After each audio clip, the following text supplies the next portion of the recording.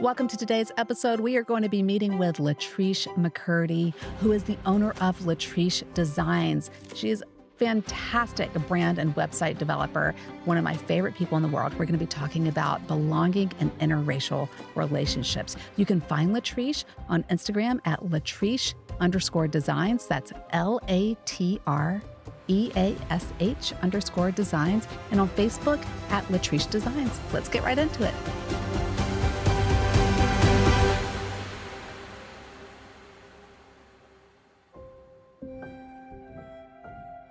I'm so excited Latreash McCurdy is here with us today, and we are going to be talking about interracial relationships. You and I met as a graphic designer and as a website designer that I found on social and was fascinated by the work that you do.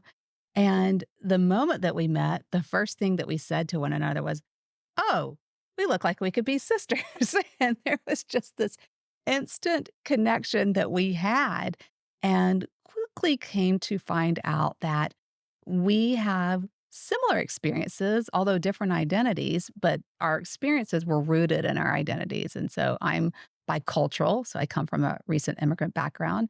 You quickly identified to me that you are mixed race, that you are biracial, black and white. And you thought that I was biracial at first. And like, yeah, I know I get that a lot because I have the light eyes and the brown skin, and our hair is really, really similar. And it just seemed like there was an instant for me, like instant interpersonal belonging Yeah. because I felt that. Yeah, same for you. Yeah. Yeah, for Yeah, sure. I was It like, I was felt very seen. connected. Yeah, exactly. Yeah, yeah, I felt seen right away. I was like, without even having to name many things, I feel like we already had a certain understanding because we Mhm. had some lived experiences that were very similar that we knew right away. And we just had that feeling like, okay, we've been through some of the same things. We've been asked the same thing. What are you? The standard Yeah. Can I touch your question. hair? Oh my word. I met with Cami Orange recently, who is a boundary coach and wrote a phenomenal book called Say the Thing. And that's one of the things that she talks about is people wanting to touch her hair and exoticizing us Mhm. in some way. But, you know, it's interesting because we'll get to the interracial dating part. But what I want to hear from you about, what I know listeners want to hear, I'm so curious to hear, is that you had experience with interracial dating just by way of coming into the world from an interracial couple. Yeah. I think the truth is all of my relationships are interracial dating because I'm interracial.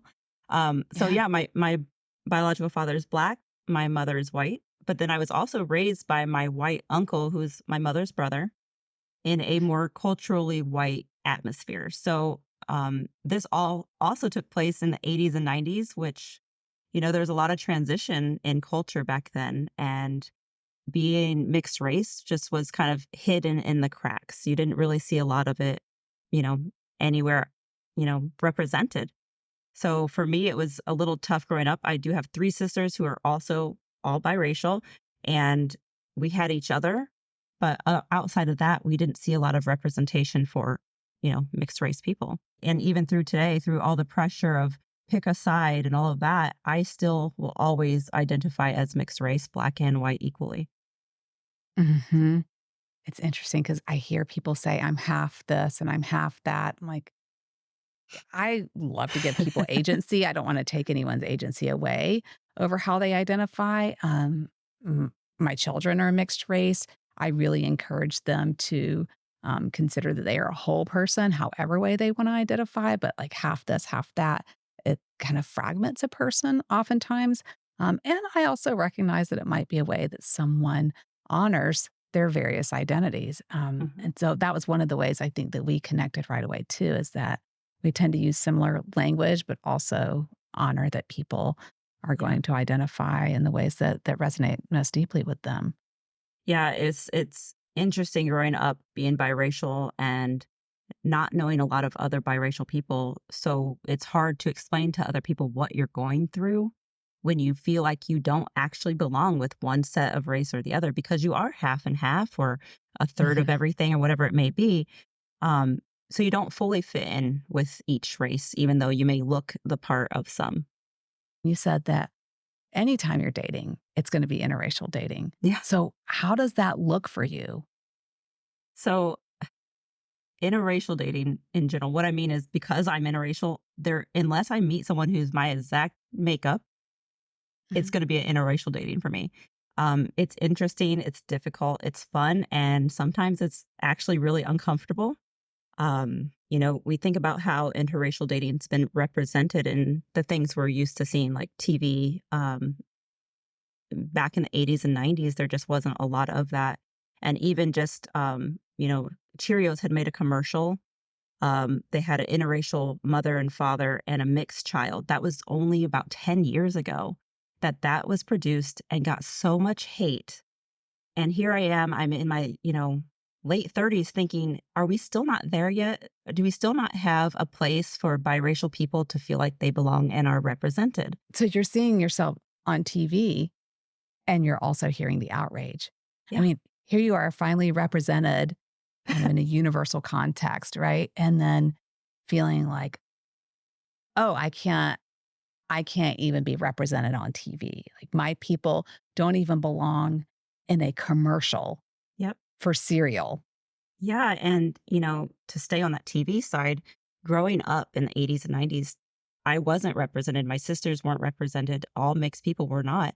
You would have things like, I would see a mixed person on TV, and I'd say, "Oh, that young girl's mixed, I know because she looks like me." But then in come the parents, Mhm, and it's 2 Black parents, and I think to myself, "Well, that's not how my family is, and that's not accurate because there has to be a biracial, parent there, a white and a black or, something like that.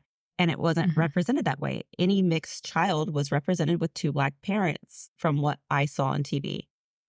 Things like, let's say you had a group of teenagers, 2 men, 1 black and white, 2 women, 1 black and white. Well, if they were to become couples, the black and black would get together, the white and white would get together.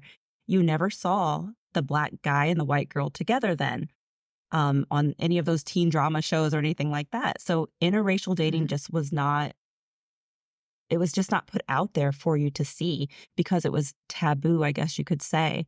And then eventually over time, when it did get represented with shows like, movies like Jungle Fever or something like that, it was always a Mhm. white man with a black woman because there was still like this weird way of saying a black man can't be with a white woman. That's unheard of, you know?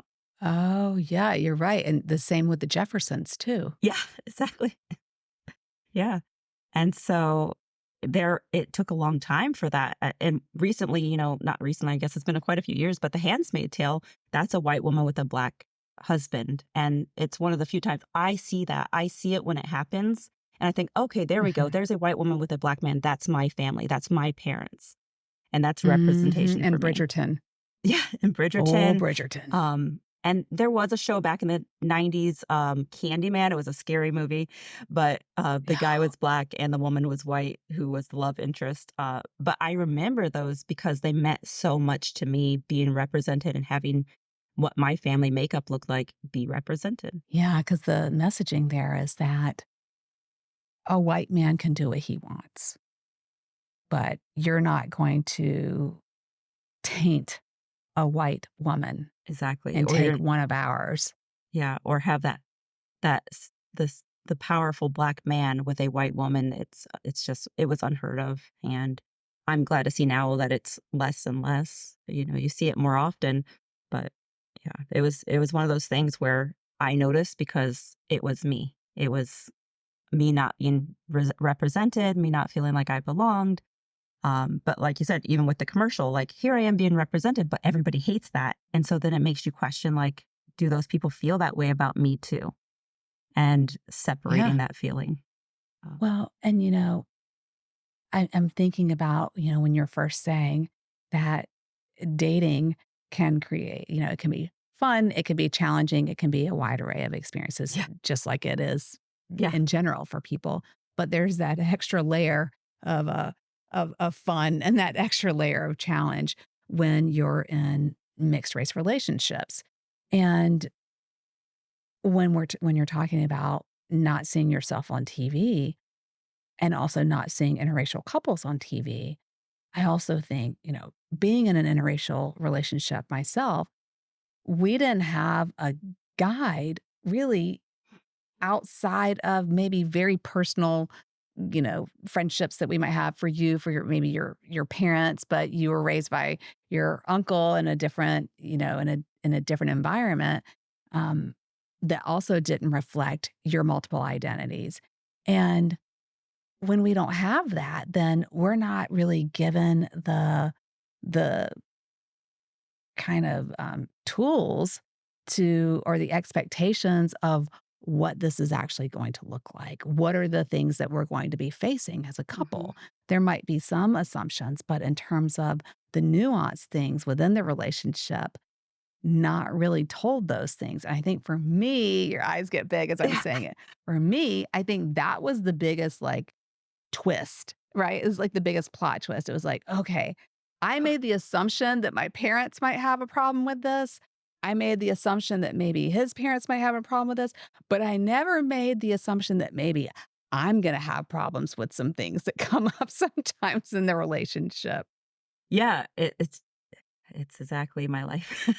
So, I think, like, for being mixed, I really want to believe that because I'm mixed, everyone would accept me because 'cause I'm a little bit of everything, and every date that I go on should just accept me because I'm a little bit of you, I'm a little bit of him, I'm a little bit of this, and you just think that I should just be accepted by everyone because 'cause I'm a little bit of everything, you know?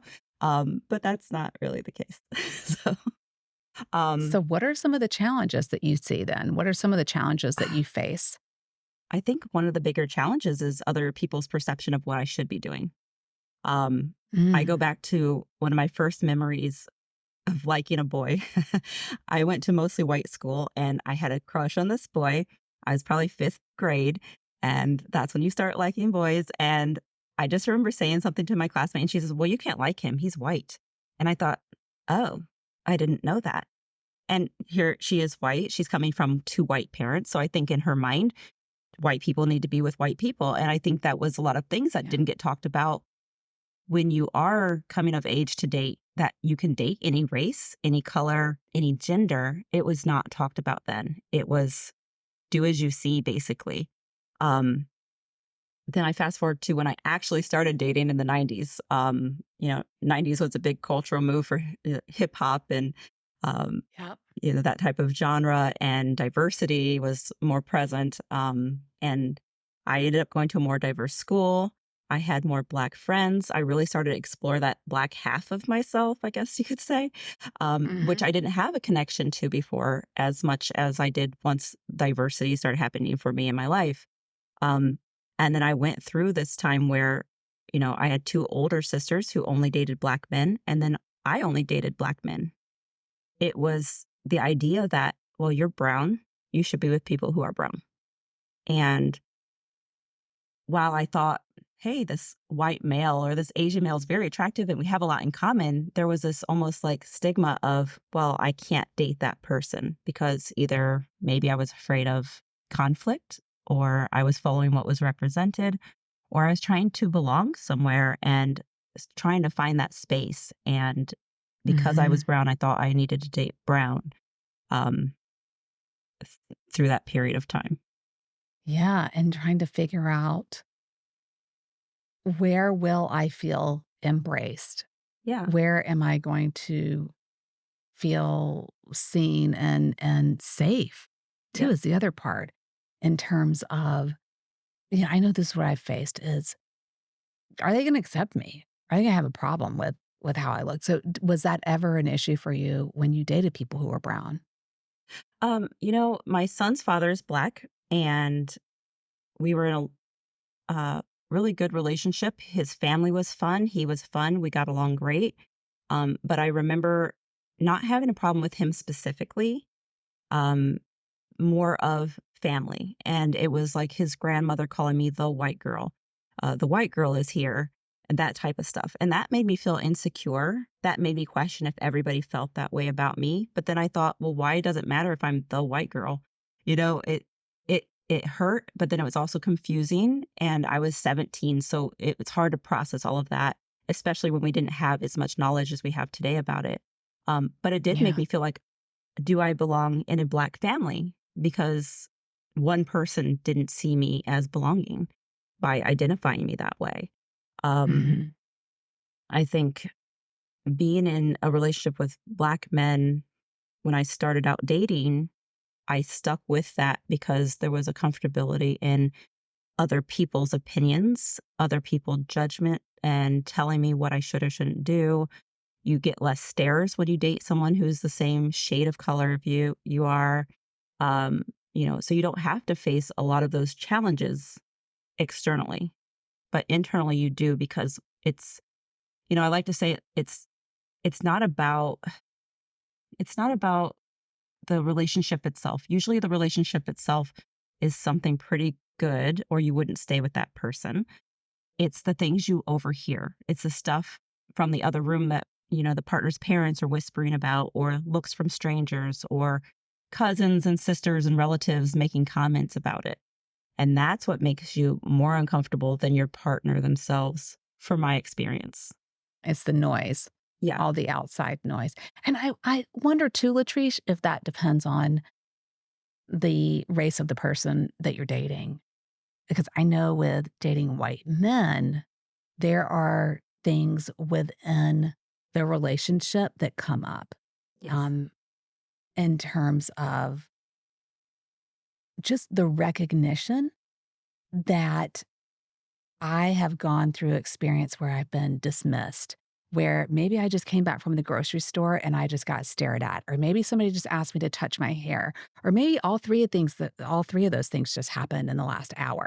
And then I come Mhm. home, and if there's any little bit of, um, you know, feeling a little bit even dismissed or feeling like, oh, you're too busy to hear me do this, then that felt like it was part of a collection of experience that I had just had maybe in the past hour, but certainly over my lifetime because of my race, and particularly because of my race and gender.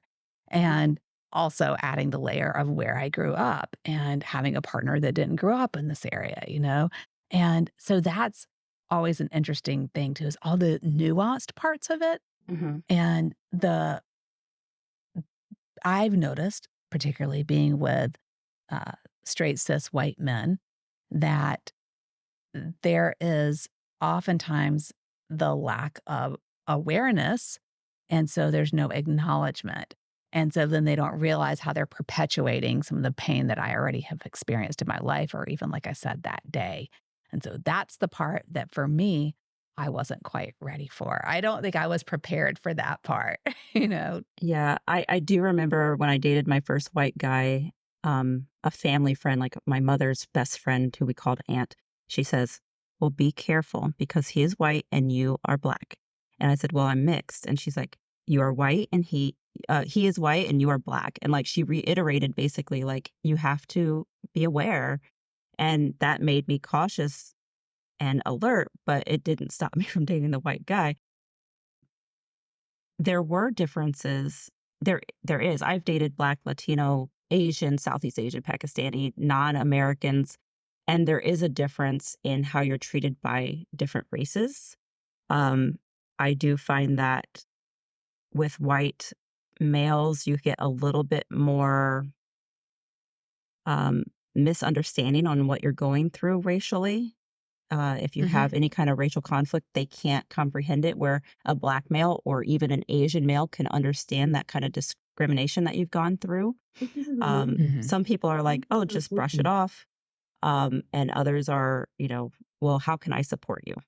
In expanding and like removing color barriers when I dated, uh, I started to realize that like being mixed was going to be difficult because I Mhm. couldn't relate to the white person, I couldn't relate to the Black person, and they really couldn't relate to me because while I wanna talk about, um, you know, if I have a Black friend who's going through racism and issues, and she'll say, "Well, you don't understand. You're not really Black."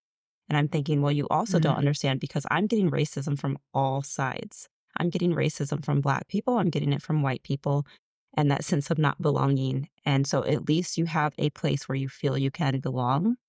And that was one of the Mhm. struggles too, and you get that in dating as well. just when it comes to friendships and dating, I was dating an Asian guy for a while. It was a really tough relationship. There was a lot of racism involved. And my friend said to me, "Well, you should go be with a black guy." And I said, "Well, why? What does it matter?" Like for me, I removed the color barrier. I was dating people who I got along with and that fit my personality, and it didn't matter their color. But for my friend to say, "You should be with a black guy," it reminded me back of when the kid in 5th grade says, "Well, you can't date him, he's white." Um, but it was her way of saying, "Well, you'll be more secure. You'll feel like you belong if you're with a white guy." And that again, shows that even a friend for years who is a white female can't understand what it's like to be mixed because I didn't always belong with the black guy either. So, in her saying that, it created a little bit more isolation in Yeah. that moment between you and the friend, ironically. Mhm. Yeah. And it Ay, was me having ay. to explain all of this to her and, and it wasn't like she was only dating white men. My group of friends always dated diversely, but it was more of that comment that has still stuck with me after all these years of her feeling like I should be with a black guy just because it would be easier on me. And that's Mhm. not it's finding your person that really matters, I think, than the color of their skin, but people don't all understand that. And also being prepared for the conversations that you might have to have with that person if you don't have some shared experiences. Yeah, especially having a predominantly black son. I mean, his father is black, so when you see him, he's a black man. And when I was dating a white man, I had to make sure he understood, like, when it's just you and him, people are going to stare. People are going to look at you. People Mhm. are going to make comments under their breath. And you have to be prepared to deal with that if I'm not around and you're with him. And that goes with most races that I've dated outside of black is I have a black son, and if you and him are together, you might get a side eye or a comment or stared at. Um, I think being used to it myself, I explain it to other people so that they understand how to address that. Um, but yeah, and each, ethnicity that I've dated, I've run into good things and I've run into a lot of negative things. Like I said, a lot of it coming from the family members more than the person themselves. Okay, so we're talking about community belonging, for one, when we're talking Okay. about family dynamics, but I Yeah. think we're also talking about universal belonging because a community of people can, or even a single person, can say things that lead to feeling like, I don't belong in this world, or I don't belong in this. I remember feeling like, I don't belong in this state. I need to get out of the South. And I went as fast as I could to University of Illinois, and I lasted for 2 years there, and I was like, "And I'm turning back around and going right back," because The I mean, Midwest is a little I tough. didn't know. I didn't know that the Midwest was, like, so white. I had no idea. Nobody told Well, me. it's what's strange is for me, it wasn't. I grew up in Indiana and it wasn't Mhm, so white. It's just that it's still, well, I don't know today, but it's segregated still. You're clustered. Everyone's mhm. clustered. You got your black communities, your Asian, Mexican communities, white communities. And depending on where you are, that's the cluster. And it can be Yeah, very white. You can be on the white side of town and feel like you don't belong there. It's not yeah. even about, financial elitist status. It's about racial, like, diversity and segregation, all that. I really thought that I was gonna see myself. I think I thought of, like, Chicago, right? And so Mhm. I really thought I was gonna see myself represented there, and I I absolutely did not. I absolutely did not, and I didn't know that's what I was looking for. I didn't know that it had to do with my ethnicity. I just knew that I did not feel that sense of true deep connection Mhm. in, in my hometown, but then had this weird, sense of gratitude for it because of what it afforded my family who came to the States with $50, and so it was a weird relationship, but then looking for that connection somewhere else, and so I really struggled with finding that, but back to the family stuff, I can The remember tea. I can remember dating a guy one time, a white guy, and I had the same hairdresser as my mother. But you tell your hairdresser everything, and so I'm telling this guy who's cutting my hair all up, I'm telling him all the things about my dating life and like we all tend to do. And so the guy I was dating shows up because we were gonna meet out for dinner, and I was running a little late, and I said, "Hey, just stop by, and then we'll go to dinner together." So, my hairdresser, for a brief moment, met this guy, white man that I'm dating. Little did I know that a week or 2 later, my mom has a hair appointment, and my hairdresser says to my mom, "Oh, yeah, I met the guy that Mona's dating." And my mom was like, "Oh," because she had no idea, because there's no way in hell I would tell my mom if I was dating Right. someone that's not Egyptian. It wasn't even Yeah. about being white, like, that's not Egyptian, right? Or at least Middle Eastern. And and so my mom was all coy and played it off like she knew, and then managed to get all this information out of my hairdresser, who's a good friend of mine to this day, but I clearly have not forgotten this story. I remember my mother slyly, like, slipping it into conversation in a phone conversation, and I was mortified. I was 26 years old, Oh, jeez. grown ass woman, mortified. I could feel my face turning beet red. Thank goodness there was no such thing as like FaceTime at that time. I was just, Yeah. on the phone. I was so embarrassed, and I just tried to play it off like it was no big deal. And she was like, "Why didn't you say anything?" I was like, "Oh, it's nothing serious." I just tried to play it off. It did turn into a longer term relationship, but I was so embarrassed. But I mean, eh, I'm wondering for you, any experiences around that? I mean, for me, I was just very, very shy about that, but I think that's also a bicultural thing in terms Yeah. of like, I've heard so many people like hiding dating from their family. Mhm.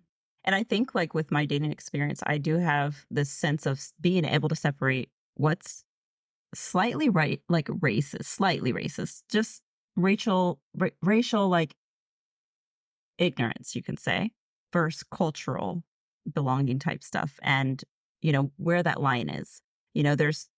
Maybe I can't date someone who is Muslim because I'm not a Muslim. It doesn't have anything to do with their skin color. It has to do with their culture. But, in my own family, I didn't have a lot of issues with who I brought to the table. Everybody was embraced as long as they were not a jerk, and Mhm, they belonged in the family. I think my mom broke that barrier in my family by being the first one to date outside of the race, and everybody kind of accepted us kids, and then therefore it was fine. One of my cousins married an Indian woman at one point, has a mixed child as well. And so my family has become very diverse. And so that's never been a problem in the home. When it comes to the partner's family, though, that's where the fun comes in. mhm. So, um, like I said, Pray do tell, pray yeah, do tell. I told you I dated a lot of black men first. And then when I dated that first white male, um, you know, great person, great partner, great family. And then like I said before, it's the things you hear from the other room, the things that are said. Um, at that time, my son was 3 years old, and he had the Shaquille O'Neal doll, like a action figure. Mhm. And I could hear him playing with my partner's uncle in another room. And the uncle takes the Shaquille O'Neal doll and, like, flies it through the air and says, "Super N-word," in front of my son. And I felt it. I felt it Oh. from the other room, and I thought, "Oh my god, we cannot be here anymore." And so I had to have that difficult conversation with the uncle and with my partner, and I had to say, "That's not acceptable, and that has just your comfortability with that word doesn't make me comfortable anymore." And so that Mm, was something in that relationship that he and I had to work through. We stayed together a little while after that because that wasn't me and him issue. That was the family. But I didn't feel welcomed in the family. I didn't feel like I could be comfortable anymore. And that sense of like mm, community, universal belonging with that family wasn't there anymore. It broke then. Um, mm. when we get into other races, I mentioned how many how many different races I've dated or explored. I also dated someone who was Korean and white. So in that story, he was also biracial. And so I thought there was this Mhm, general understanding. You're mixed, I'm mixed, it's all good. But his mother, a Korean woman who clearly was with a white husband to have a mixed son, um, she would pray at the table that he would end our relationship and meet a Korean or a white girlfriend while I'm mm. there. Yeah. and In front of you? in front of me. And she would even ask me multiple times if I would leave him. She would help me raise my son if I left him so that he could find a Korean girl or white girl. And I thought, well, that's odd. That's awkward. That's I'll give you uncomfortable. childcare. Yeah. I'll support you. Well, she thought I was with him for support for the kid. And I'm like, I do it by myself. I'm with him because I want to be with him. And it was just an interesting thing. And I actually used to speak Korean. I have not in like 15 plus years. But I spoke Korean just enough. And sometimes she would say things to friends. Like one time I cut my hair into a cute pixie cut. I loved it, but I could overhear her telling her friends that I looked like a boy and that she wished her son would find someone else. And those types of things, again, make you feel like you don't belong. So there's stuff that's heard in the other room, and then there's things that are directly said to you. But imagine being at a dinner table with your boyfriend and his mother and her praying that you your relationship ends because of your race. How do you respond in those moments? You can't. You're so shocked and you're just kinda you sit back and you think, "Well, I know where you stand on things." But you have to have that conversation with your partner after, and you have to talk to them and say, "When your mother said this or your family member said this, it bothered me and it makes me feel like this way. I don't belong or you don't care, to fix that or stand up for me in that situation. Where were you when your mom was saying those things to speak up for our relationship?" Oh, it's a Mhm. cultural thing, and they try to brush it off as cultural, and that's the problem. Part of it is cultural, but if she was saying Korean woman, fine, but she was saying Korean or white, which meant she didn't accept the black side of me. And that's Mhm. what it was hard for him to understand, or I think it's just a shock to hear those things. Now I look back and I'm like, "Oh my goodness." But that in the moment, it was kind of, this woman is his mother, and if she can't accept me, how long before he no longer accepts me? I've been in that situation too, where it's not that exact one. They've all but said it, but where it's like somebody that I actually, we want to stay together and they're willing to speak up for me. Yeah, And we have to navigate that trickiness of this family is just not going to embrace me. They're not going to right. accept me. There's not, I describe embrace as an intrapsychic connection. That's not happening here. No. And it's like almost we're signing up for isolation um, when we decide to stay in that relationship. And Yeah, so how do we create then some semblance of connection or real connection that's gonna be outside of that? I mean, it's not gonna happen. I mean, I remember trying so desperately with different relationships, not in one, but to get the family to like me, and I generally, felt like I was liked by parents, that was kinda my thing, I know a lot of us could say that, like, "Oh, yeah, we're the kid that parents like." But then in a romantic relationship, it was a really different kind of reception, yeah. And, I think that's the tricky part, like, where do you go from there? Yeah, and I think something people don't understand is when you do stay in a relationship that's interracial and the partner's family doesn't accept you, you also carry a little bit of guilt with you for staying in that relationship because you know that Mhm. person is now separated from a family that loved him. But then you got to question, well, did they really love him if they can't accept his choices? And it's just that circle back and forth, back and forth. And it's one of the hardest things about dating is knowing when to or where to create your boundaries and where Mhm. to bring your partner in and say, these are the boundaries. This is what I'm willing to accept. And this is where I need your support. Yeah. If you can't be part of the family, then is that really what you want to do? And a lot of people do step away from their family for stuff like this. And it's unfortunate. Yeah. And you're right, it's that conversation of, like, are you going to resent me in any way Yeah. for this choice? Because, there have been times where I had to draw the line and be like, "I can't be around your family at Yeah. all, like, you do you, but one of the ways that I can compromise in many ways, I can't compromise this Right. because I am forced to self-abandon and release my own self-belonging Hmm. in order to be in community who also does not accept me. I don't Right. belong there either, and so I have to pick something. I can't just be isolating myself. Yeah. So in those moments, for me, the way that I create belonging for myself is through boundaries, just like what you're saying, because I find self abandonment to be the worst form of abandonment. Yeah. And I have to choose myself and my sanity and say, this is how I'm celebrating myself is by creating this boundary and saying, I'm not going to be around.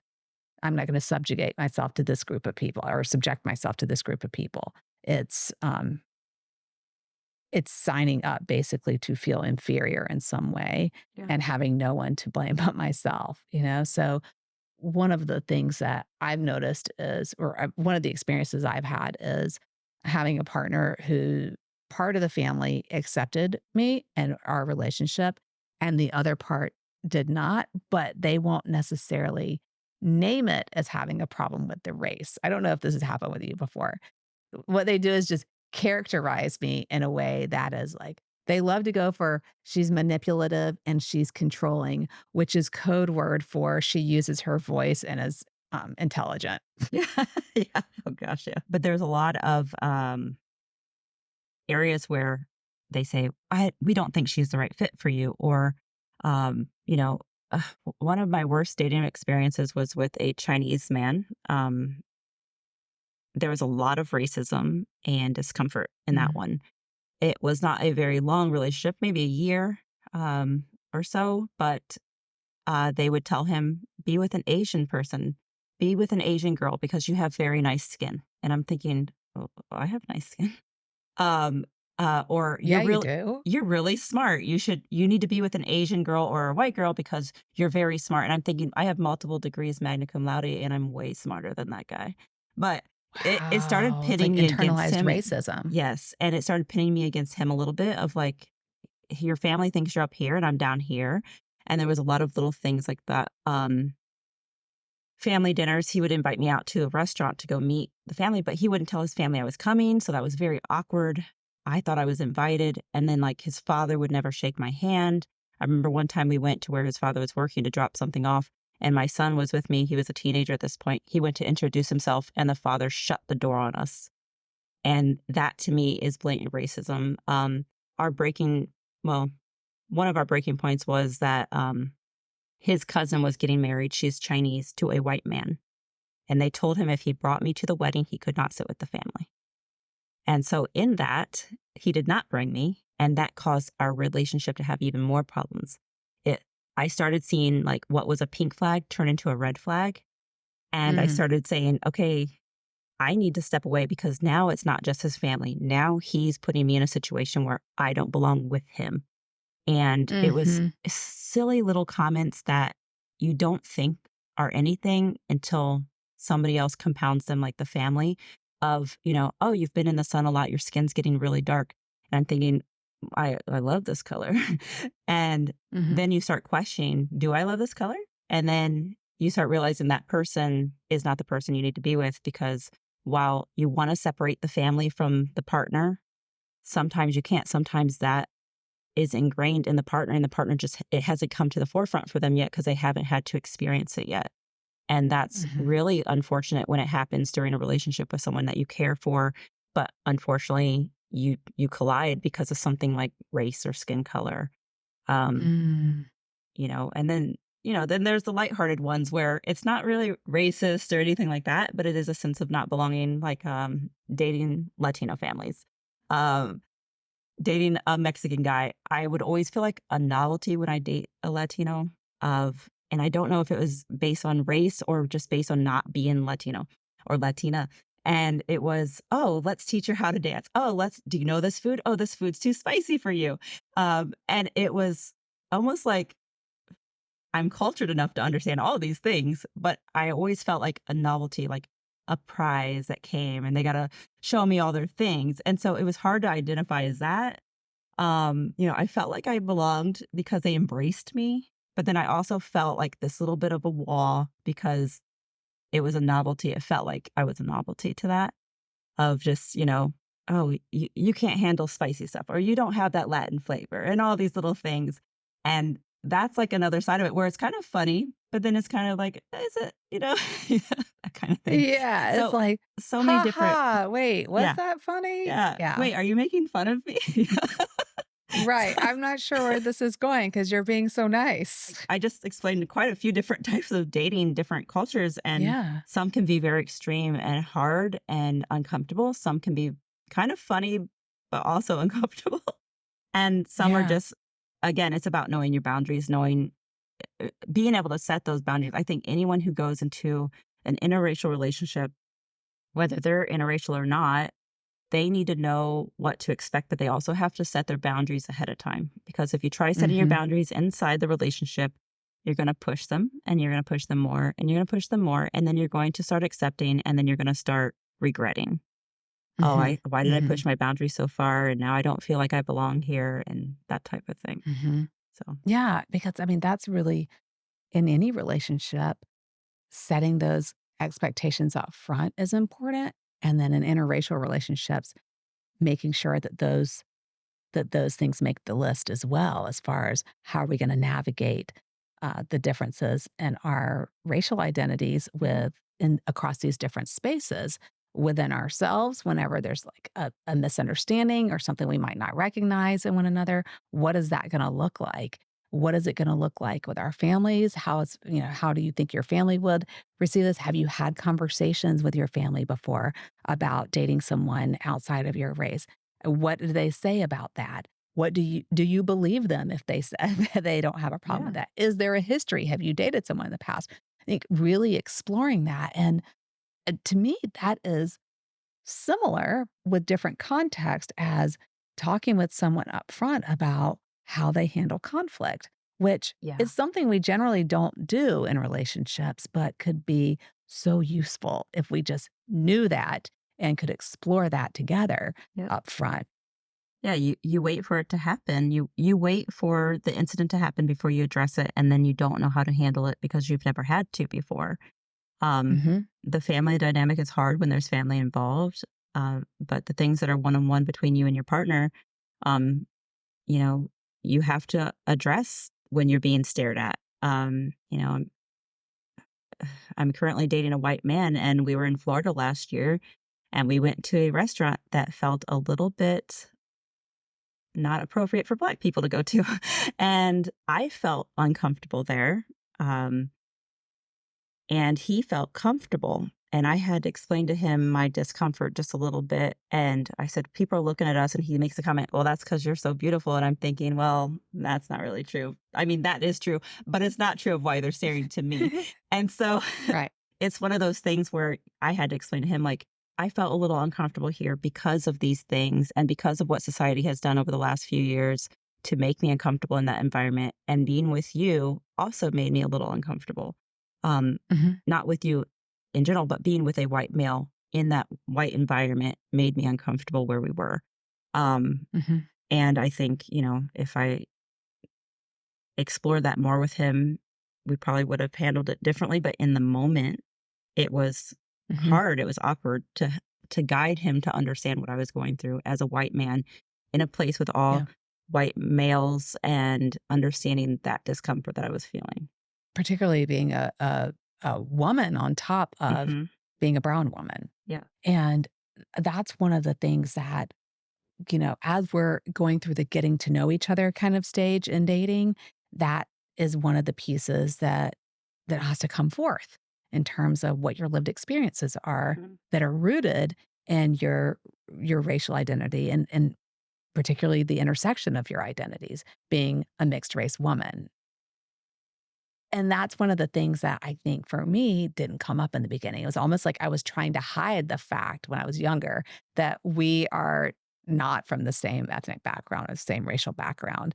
And, as I got older, I realized like, no, I'm going to talk about the things that maybe you, particularly if it's a white man, that you might be uncomfortable hearing, but that's your privilege that that's coming forth because you haven't had to have maybe these discussions in the past possibly. And one of the ways that I'm going to celebrate myself is by acknowledging the experiences I have had r- Yeah. despite your discomfort, because I'm Yeah. okay with your being uncomfortable kind of thing. And I've noticed too that, there's that piece where that advocacy piece, like what you're talking about in terms of having those conversations are important if we want our partner to be a true informed ally and advocate for us. I know that literally at least 50% of the time, if not more, my husband is, by most people's standards, would be considered an attractive man. When we go out to dinner, especially if I'm, dressed up and my hair is down and curly and I have makeup on, we get it's not even we, I get the nastiest looks from Okay. people, and it tends to be oftentimes from younger white women. Now, am I generalizing the all white women, younger white women? Of course I'm not generalizing that, but it tends to be very specific demographic, and even some older white women. And I mean, when I'm telling you, they will straight up flirt in front of me towards him, and he didn't even recognize it as flirting when we were younger until I had to explain to him this little game that's being played. Now he's not having any part of it. Yeah. He will literally just lean back and cut the conversation off, and they will keep trying until he has to make it clear no. So he used to think like, I don't want to be rude, I don't know what to do. And one of the things I said is like, well, then where does that leave me? And he's like, this is really uncomfortable. Now he's willing to push through that discomfort because he realizes that that's one of his privileges, is just being able to sit back and be like, she'll walk away eventually. Yeah. And I'm like, wait a second. It's not even about like a jealousy thing. He and I are super tight. It's really about just the racism of it all, Hmm. too. The lack of respect that is rooted in racism of you're having a problem with me because I am a brown woman with a white man that you think I have taken from you. Hmm. And honey, he ain't coming for you. I'm telling you, like it's Yeah. that's No, it's just not this is happening. mine. Like we're tight over here. We're Yeah. yeah, like and the arrogance of it too and Yeah. entitlement. But yeah, all Right. of that is really interesting. So those are the nuances as far as like that advocacy piece is really, really a big piece that now he knows because of the conversations we've had. He knows how to show up in those moments and also recognize like how disrespectful that is and how it Yeah. perpetuates these, decades of experiences at this point. Okay. Last question I have. What does belonging mean to you, Latrice? Whew. um, oh, we got another half an hour here. No. I think representation is a big part of belonging. Um, being able to be comfortable and being able to feel like I'm accepted. Being biracial growing up, like I said, representation on TV, you weren't seen anywhere. No one Mm, saw you. Now, when I see a mixed mm, girl on the side of a bus going down the street or on a billboard or a commercial, I'm like, yeah, rise of the mixed girls. And I feel like I belong. And it's the same thing you said when we first talked. I see a girl who looks like me, has curly hair, and we have a nod, we have a look. It's like if you have a band t-shirt and someone else recognizes that band, it's the yeah. same when you see another mixed person, you're like, "I know your struggle, and I know your strength because I've been there." Mm, It's that I'm able to be recognized now as biracial instead of, well, I'm still asked, "What are you?" often, but I'm yeah. recognized as biracial. There's a place for me because society says so. I still remember the days when there were those little check boxes on your, school applications and things of Yeah. black, white, Hispanic, other, and I'm like, I can't check 2. So, that type of stuff, it means I oh, it means that there is a place for me in being recognized in society, the government, in the average people, and knowing that there's a comfortability with me, that people are comfortable with my Mhm. existence and not like that Cheerios commercial where there was so much hate because there was a mixed couple with a mixed kid. I'm accepted by people and not looked at as an oddity or something like that. So belonging for you is representation A that lot of it, yeah. shows I am here and I belong in this world. There are other people like me, Mhm. and we're on sides of buses, we're on TVs, we're politicians, we're Yep, parents, we're siblings, we're school teachers, we're all over because yep, we belong here. we do. Yeah, for Thank you sure. so much. Thank you. Thank you This so has been a much, great Latrice. I conversation. loved having you today. I feel Yeah. like more belonging myself just in the fact that we have these shared experiences. And so as much time as we've already spent together in the past, like I feel like I have a deeper understanding of you, and I feel like you do of me. And so for that, I thank you so much. Thank you. Thank you for having me. It's been really great.